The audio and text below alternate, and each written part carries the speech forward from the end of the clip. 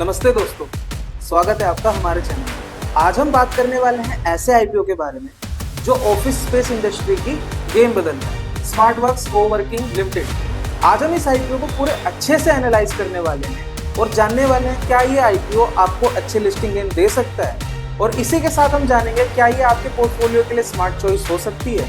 इसी के साथ साथ जितने भी अभी इस टाइम पर ओपनिंग आईपीओ हैं या फिर क्लोज हो चुके हैं, उन सभी के हम जीएमपी भी जानेंगे। इस आईपीओ की पूरी एनालिसिस देखने के लिए इस वीडियो को पूरा एंड तक देखें। चलिए इस वीडियो को शुरू करते हैं। सबसे पहले जानते हैं कि ये कंपनी करती क्या है। स्मार्टवर्क्स जो कंपनी है ये 2015 में शुरू हुई थी, और ये जो कंपनी है ऑफिस स्पेसेस प्रोवाइड करती है। इनके जो ऑफिसेज होते हैं उसके अंदर वो फैसिलिटी होती है जो हर एक एम्प्लॉय चाहता है, जैसे fast internet cabins, meeting room, cafeteria, gym. इसी के साथ साथ जितनी भी एम्यूनिटीज जो एम्प्लॉयज को जरूरत होती है वो सारी की सारी ये कंपनी प्रोवाइड करती है। अगर हम सीधा बोले तो स्मार्टवर्क कंपनी आपको पूरा ऑफिस एनवायरनमेंट प्लस सेटअप देती है, जहां पर आपको कुछ भी मैनेज नहीं करना पड़ता। ये तो हमने जान लिया कंपनी करती क्या है और इसका बिजनेस मॉडल क्या है। इसी के साथ इस कंपनी के आईपीओ की अब हम टाइमलाइन के बारे में जान लेते हैं। आपको स्क्रीन पर दिख रहा होगा इस कंपनी का जो टाइमलाइन है। इस आईपीओ की जो ओपनिंग डेट है 10 जुलाई से लेकर के 14 जुलाई तक रहने वाली है, यानी आप ये 3 दिनों के बीच में इस आईपीओ के अंदर आप अप्लाई कर सकते हैं। इसी के साथ जो आईपीओ की अलॉटमेंट है ये आपको देखने को मिलेगी 15 जुलाई को, यानी 15 जुलाई को आपको पता लग जाएगा इस कंपनी के शेयर्स आपको अलॉट हुए हैं या फिर नहीं हुए हैं। और जो इसकी अलॉटमेंट है MUFG के साइट पर आनी है।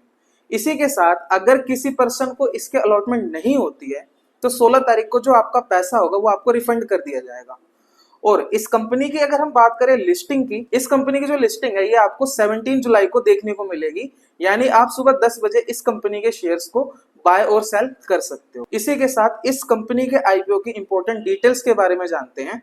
इस कंपनी का जो आईपीओ है इसका इश्यू साइज है 582 करोड़ रुपीस का, जिसके अंदर से 445 करोड़ फ्रेश इशू है और बाकी जितना बचा हुआ है यानी कि 137 करोड़ ये ऑफर फॉर सेल। ये company fresh issue plus offer for sale दोनों लेकर आ रही है। इसी के साथ इसके इंपॉर्टेंट डिटेल्स और जान ले। इस आईपीओ का जो प्राइस बैंड रहने वाला है 387 रुपीज से लेकर के 407 रुपीज तक का रहने वाला है, और इसके एक लॉट के अंदर आपको 36 शेयर्स देखने को मिलेंगे। इसी के साथ जैसा कि मैंने आपको बताया यहाँ पर हमें 37 रुपीज का एम्प्लॉय डिस्काउंट भी देखने को मिल रहा है।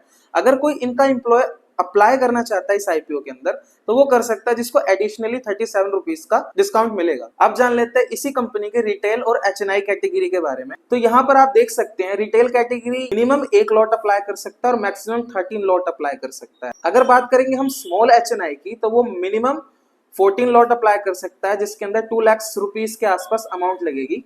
इसी के साथ जो बिग HNI है वो 69 लॉट अप्लाई कर सकता है, जिसके अंदर 10 लाख रुपीस के आसपास अमाउंट लगनी है। अब हम इस आईपीओ की सबसे इंपॉर्टेंट डिटेल के बारे में बात करेंगे, जिसको हम बोलते हैं फाइनेंशियल्स। इस कंपनी के जो असेट्स हैं 4473 करोड़ के थे 2023 के अंदर, मार्च 2024 के अंदर 4147 करोड़, और मार्च 2025 के अंदर 4650 करोड़। यानी जो इस कंपनी के एसेट्स है वो मिक्सअप है कहीं ना कहीं। इसी के साथ अगर हम रेवेन्यू की बात करें तो यहाँ पर इसके जो रेवेन्यू है 744 करोड़ 2023, 1113 करोड़ 2024 और 1409 करोड़ 2025। इसके रेवेन्यू के अंदर एक तरह से देखा जाए जंप देखने को मिल रहा है, यानी कि हर साल ये बढ़ते हुए देखने को मिल रहे हैं। कहीं ना कहीं रेवेन्यू इसका अच्छा है। इसी के साथ अगर हम बात करेंगे प्रॉफिट आफ्टर टैक्स की, तो ये जो कंपनी है फिलहाल तो प्रॉफिट नहीं कमाई है, ये कंपनी लॉस कमाई है, यानी कि ये जो कंपनी है ये लॉस मेकिंग कंपनी है। 2023 के अंदर इन्होंने 101 करोड़ रुपए का लॉस किया था। उसके बाद 2024 में इनका लॉस थोड़ा कम होकर के 49.96 करोड़ रुपीस का हुआ, और 2025 में इस कंपनी का जो लॉस है वो 63 करोड़ रुपीस का है। इस कंपनी ने लगभग 3 साल से अच्छा प्रॉफिट नहीं किया, ये कंपनी लॉस मेकिंग। अब हम बात करेंगे इसके रिजर्व एंड सरप्लस की। तो पहले जो इसके रिजर्व्स थे 2023 के अंदर वो माइनस में थे, यानी -46 करोड़ रुपीस के आसपास। 2024 के अंदर इनके पास 29 करोड़ रुपीस के रिजर्व्स बने। उसके बाद 2025 में 4.69 करोड़ के रिजर्व बने।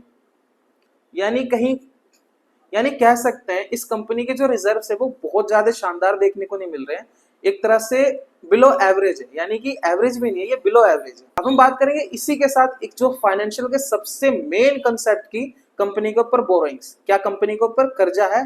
तो यहाँ पर आप देख सकते हो कंपनी के ऊपर, इस कंपनी के ऊपर अच्छा खासा लोन देखने को मिल रहा है। इस कंपनी के पास 515 करोड़ रुपए का लोन था 2023 में, 2024 में 427 करोड़ रुपए का हुआ, 2025 में 397 करोड़ रुपए का हुआ। यानी कंपनी के ऊपर देखा जाए कहीं ना कहीं अच्छा खासा लोन का अमाउंट अभी भी पेंडिंग है। अगर हम इसके रेवेन्यू की बात करें, मार्च 2024 से लेकर के 2025 मार्च तक इसके जो रेवेन्यूज है वो 27% से इंक्रीज हुए। वही अगर हम प्रॉफिट की बात करें तो जो इसके प्रॉफिट है 2024 से लेकर के 2025 मार्च के अंदर इसके जो प्रॉफिट्स है वो 26% से डिक्लाइन हुए। यानी जो ये कंपनी है इसके अंदर अच्छा खासा लॉस भी देखने को मिल रहा है एक साल के अंदर। वीडियो के स्टार्टिंग में मैंने आपको बताया था कि हम इस आईपीओ के साथ साथ दूसरे जो करंट के आईपीओ हैं इनकी हम जीएमपी के बारे में जाने। क्राइजेक आईपीओ का जो जीएमपी है यहाँ पर 45 रुपीज का देखने को मिल रहा है। पहले ये कम था लेकिन अभी ये इंक्रीज हुआ है।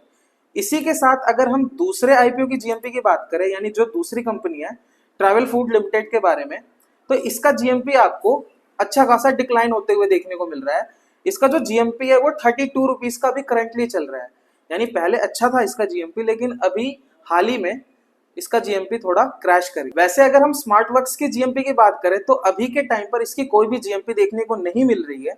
अगर आपको इसकी जीएमपी ट्रैक करनी है या फिर किसी भी आईपीओ की जीएमपी ट्रैक करनी है तो आप हमारे टेलीग्राम ग्रुप से जुड़ सकते हैं, जहां पर हम स्टॉक मार्केट की न्यूज प्लस में आईपीओ की जीएमपी और मेन डिटेल्स वहां पर हम आपको प्रोवाइड करते हैं। लिंक इसका आपको डिस्क्रिप्शन में मिले। अगर हम इस आईपीओ के कंक्लूजन पे आते हैं तो आपको इसके बैलेंस शीट से पता लग रहा है कि ये जो कंपनी है वो लॉस मेकिंग कंपनी है। इसके अलावा इस कंपनी के ऊपर 397 करोड़ का अभी भी loan pending. In the end में आपको यही कहना चाहूंगा, इस कंपनी की बैलेंस शीट को देखते हुए आपको समझ अच्छे से आ रहा होगा कि ये जो कंपनी है एक तरह से लॉस मेकिंग है और इसके अंदर अच्छा खासा रिस्क देखने को मिल रहा है इसके आईपीओ के अंदर। इस आईपीओ के एनालिसिस से आपको अच्छे से अंदाजा लग चुका होगा इस आईपीओ के अंदर आपको अप्लाई करना है या फिर नहीं करना है।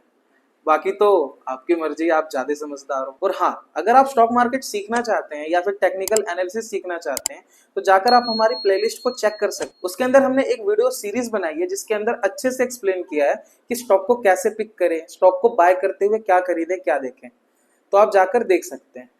इसी के साथ मैं कहना चाहूंगा इस वीडियो को यहाँ तक देखने के लिए बहुत बहुत धन्यवाद। मिलते हैं हम अपने अगले वीडियो के एनालिसिस में। जय हिंद।